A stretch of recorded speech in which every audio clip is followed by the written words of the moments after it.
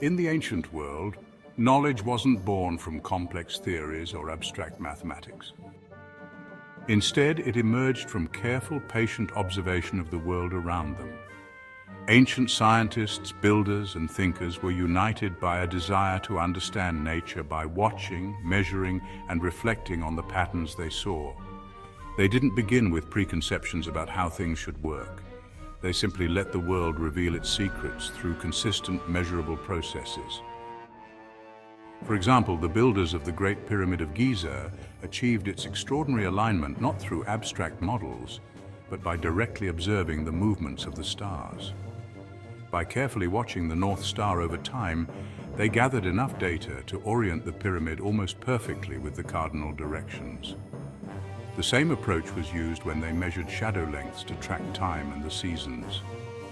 These are concrete, measurable phenomena, and through such direct observations, the ancients began to unlock the geometric principles that seem to underlie everything in the natural world. Once they had gathered this information, they began to notice that certain relationships between these measurements appeared again and again. It was from these repeated observations that the ancients started to recognize patterns and ratios. For instance, they might have seen how the length of a shadow at different times of day formed predictable angles. They observed that certain proportions, like the height of an object relative to its base, led to structures that were stable, strong, and visually harmonious.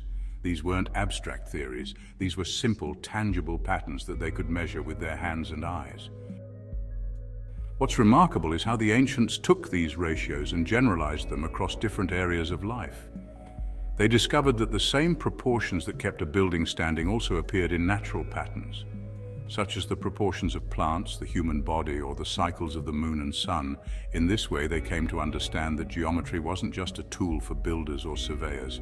It was a language that described the fundamental order of the universe itself, and because these proportions were rooted in observation and measurement, they could be applied practically, whether it was in architecture, agriculture, or even the design of sacred spaces.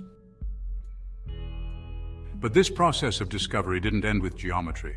The ancients also realized that the universe was alive with vibration. They noticed that vibrations, whether in the form of sound, music, or resonance, had a powerful effect on the world around them. This understanding of vibration didn't come from an abstract theory, but from observing how certain sounds affected both the mind and body. For instance, in ancient healing practices, they discovered that certain chants or tones could calm the mind, balance the body's energy, or even alter a person's state of consciousness. These observations of sound and vibration weren't confined to spiritual or mystical experiences. They were grounded in real, measurable effects that could be felt and seen. Ancient civilizations also recognized that vibrations played a role not only in sound and music, but in the physical structures they built. The pyramids and temples weren't just designed according to geometric ratios. They were also designed to resonate with specific frequencies, to align with the Earth's energy, or to harmonize with the stars above. The ancients didn't need to explain exactly how vibration worked in a mechanistic sense. They simply observed its effects and used that knowledge to create spaces that amplified and directed these energies in ways they could physically feel and experience. And it didn't stop there. The ancients understood that vibration wasn't something limited to just one area of life. They saw that the same principles of resonance applied across different scales of existence. Just as a certain sound could create harmony in the human body, they believed that the motions of the stars and planets generated a kind of cosmic vibration that influenced life on Earth. This idea wasn't speculative. It was grounded in their observations of how celestial cycles, like the movements of the sun, moon, and stars, coincided with natural phenomena, from the tides to the growth cycles of crops.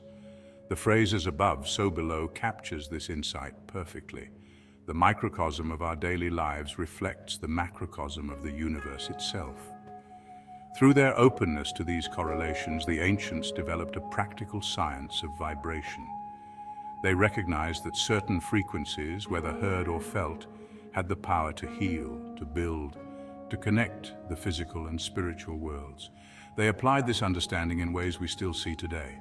in the careful design of ancient structures, in the rituals of healing and meditation, and in their understanding of how humans fit into the larger pattern of the cosmos. In the end, what's striking about the ancient scientific process is its deep integration of both geometry and vibration into a unified system of understanding. The ancients didn't divide the physical from the energetic or the measurable from the spiritual. They saw all things as interconnected, each influencing the other in ways that could be observed and measured. This holistic, open approach to science allowed them to explore the world without the constraints of needing a strict explanation for every interaction. They embraced correlations and patterns wherever they appeared, knowing that these relationships revealed something fundamental about the universe. Their discoveries are memorialized in their greatest works, the pyramids, temples, and even their music and rituals. These were not simply cultural artifacts, but representations of a deeper understanding of the forces that shape our world. Through observation, measurement, and an openness to patterns and vibrations, the ancients laid the groundwork for a science that transcended mere physical construction and entered the realm of cosmic connection.